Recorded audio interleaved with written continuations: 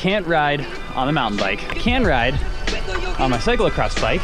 While Macky is heading out to do road intervals, I get to go do some pre-riding. I'm gonna have to tell him that it was actually like really awful and no fun at all. Max effort, but seated for 30 seconds.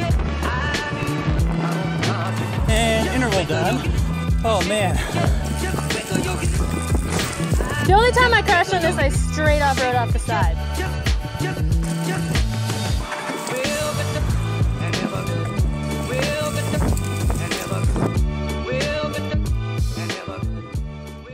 Hi guys, welcome back to the channel. I'm Macky, that's Sid, and I was so jealous of all the attention Sid was getting for her knee being hurt that I had to one-up her, so I broke my wrist. Actually broke a bone. Yeah, not actually. I'm pretty bummed about it. It was stupid. It wasn't even like an interesting crash, but that's okay. So got x-rays in Boulder, and they said I should go see a specialist and follow up and just make sure it was healing properly. Hopefully he says it's good, I should keep doing what I'm doing, and I'll be good to go ASAP. Hand surgery, that is not where I want to go. Oh no, we actually are going to the hand surgery entrance one. I'm scared. Well, the appointment was fairly inconclusive. The fact that it is feeling better is a good sign. He seems pleased about that. Basically, it sounds like I need to wait 3 weeks, which will be after Angel Fire, so I'll have to miss Santa Fe and Angel Fire, get a follow-up appointment, and they'll probably do more x-rays at that point and see how it's looking. He's hoping I can get an MRI because there is a little bit of pain on the scaphoid still. Probably it's fine, probably it's just a sprain, but because the scaphoid can cause all these problems, like we have a ton of friends who've hurt their scaphoid or broken their scaphoid, and like we had one friend who had to get it wrist fused. Like there's all this scary stuff with the scaphoid. So probably gonna try to get an MRI this weekend just to rule out any issues with the scaphoid, because I really don't want to find out, you know, 6 months from now that I hurt the scaphoid and that it's not healing and that I am gonna have big wrist issues. They wouldn't let me record in the MRI room, so no MRI images or video for you guys, but it's pretty boring. There was like a little thing that I had to put my hand in, and they closed that up, and then like tried to make me as comfortable as I could be, which is not that comfortable when you're like lying on a table on your stomach with your hand over your head. So then you slide it in the little tube, and it makes a lot of funny noises for about 25 minutes. My arm fell asleep, so my hand was all tingly afterwards, but hopefully when they get the images, the scaphoid looks fine, and that I am healing well and will be able to be out of this thing and back on the mountain bike soon. Can't ride on the mountain bike. I can ride on my cyclocross bike wearing my brace. I've been doing some road intervals, and that's what I will be primarily be doing. Certain amount of circuit training.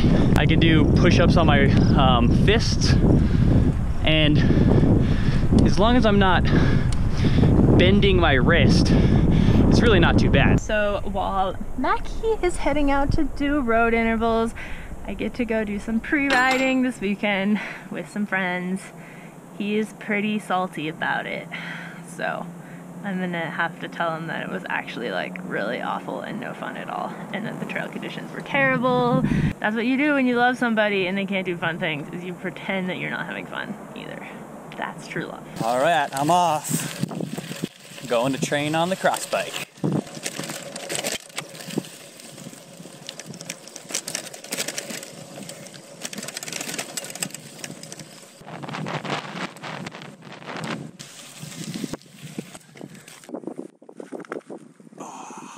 I'm about 15 minutes into my ride.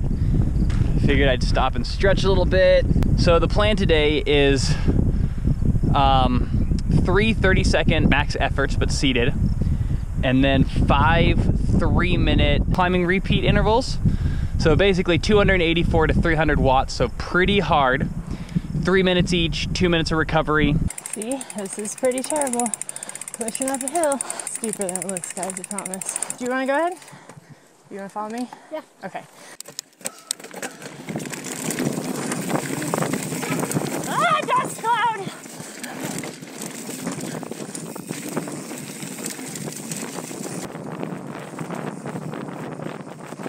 I'm here on the old Denver Highway, which is just basically a very straight road that parallels I-25, which is over there. And I just found it on Google Maps. It was close to Glorieta, which is where we're staying, and came out here. And when I did intervals last time, I think I saw maybe 10 cars the entire time. Because there were so few cars, I decided to go for headphones so that I had something to entertain me during my intervals. Usually I don't ride with headphones because I like to hear the trail and I like to hear other people and I like to hear cars. But on like a pretty much deserted road, when I'm doing intervals by myself, a little bit of music really helps. I'm just gonna go back and forth on this road and bust out these intervals. All right, I think I'll warm up for another maybe 5 minutes and then get these intervals going. This cracks me up every time I go by it.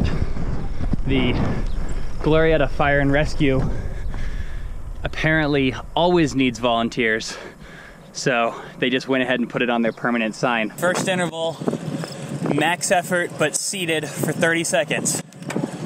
We'll go in 5 seconds.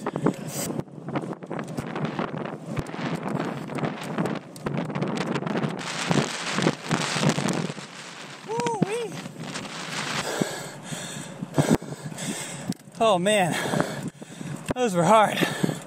Well, those were the 3 seated max efforts, and they're hard. It's easier to do max efforts not seated because you can use your arms and your core a little bit more, whereas the seated ones, it's like all leg. Now I got a little bit of a break, and then the 3-minute ones.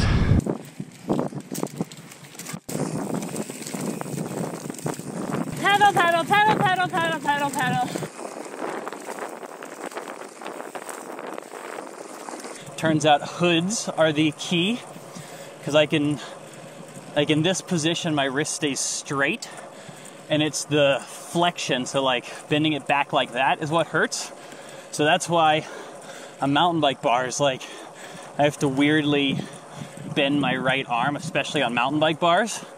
So that's why it doesn't really work to ride the mountain bike, but on the hoods, I am good to go. It's actually been a long time since I was on a road bike.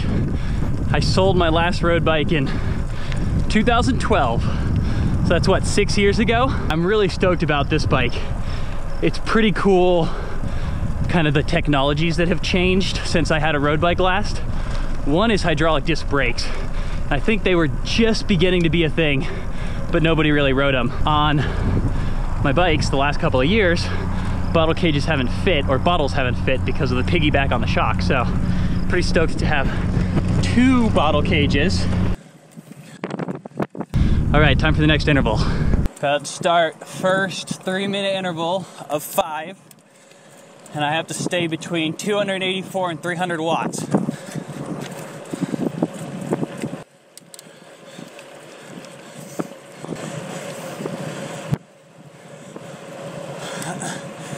$303 watts average for that one. So, overachieved a little bit, but I'm okay with that. All right, I'll see you guys probably very shortly. I always go like ride the edge, but it's like a little scary. The only time I crashed on this, I straight off rode off the side. I wasn't pointed the right direction, which is easy enough to do, you'll realize when you ride into it. My scariest moment when I rode this before was down there with that rock, because it's hard to slow down.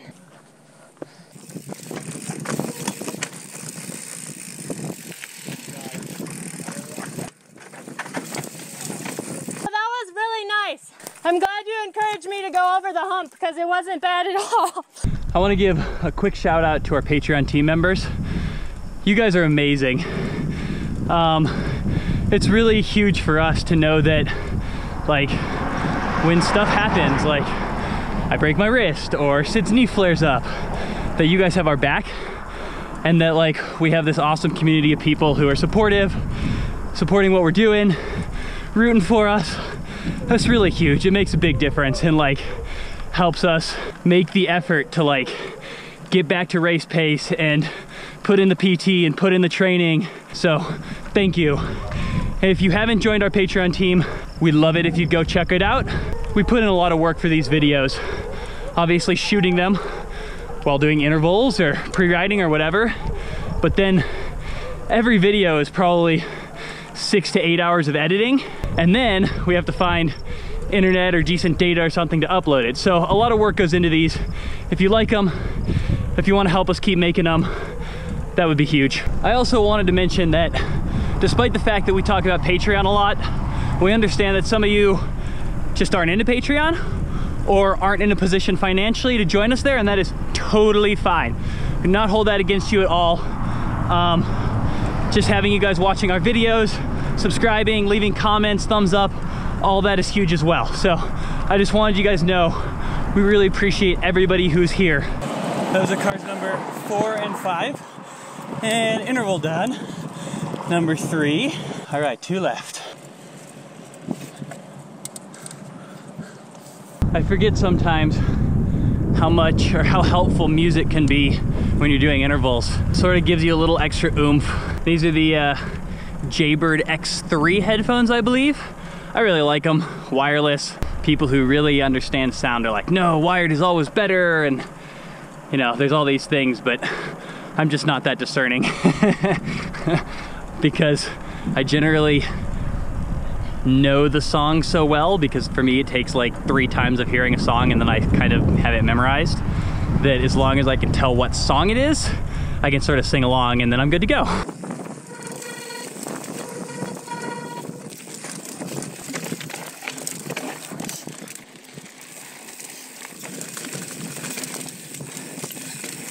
Benefits of this road, there's nobody on it, which is awesome. Downside is that there are quite a few cracks, which normally I wouldn't mind, but it's hard to baby my wrist, so the cracks are not that great. I'd take cracks over cars any day. Woohoo!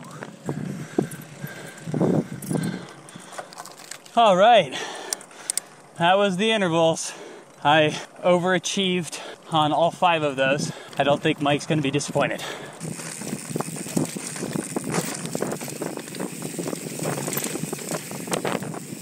Woohoo!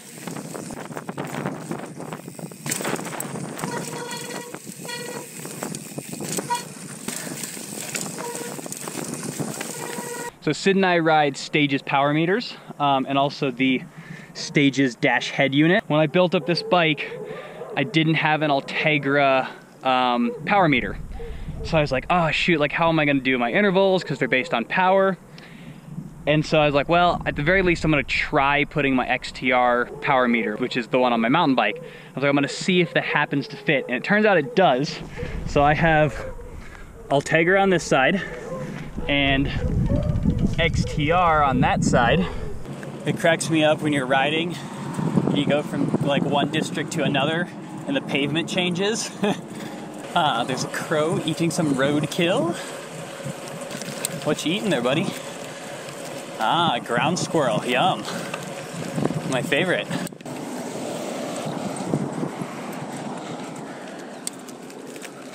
Every time I ride by this thing, I wonder what it is, so we're gonna check it out. Okay, so apparently this is the Glorieta Pass battlefield. Civil War battle fought in this pass is often referred to as the Gettysburg of the West. The Confederate troops were planning to take Fort Union. U.S. troops and Colorado volunteers burned down the Confederate supply camp and slaughtered their horses and mules. That's not very nice. But apparently it was effective because rebel troops retreated from New Mexico within 2 weeks. There you go, the Gettysburg of the West. Learn something new every day.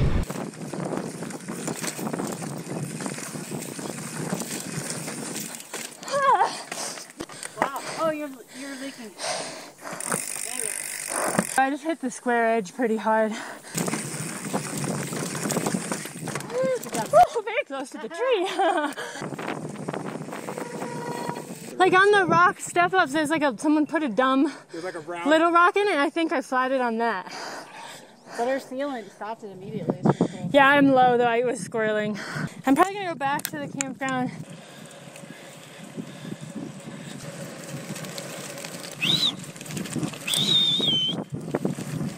Hey, Sid, I gotta go catch her.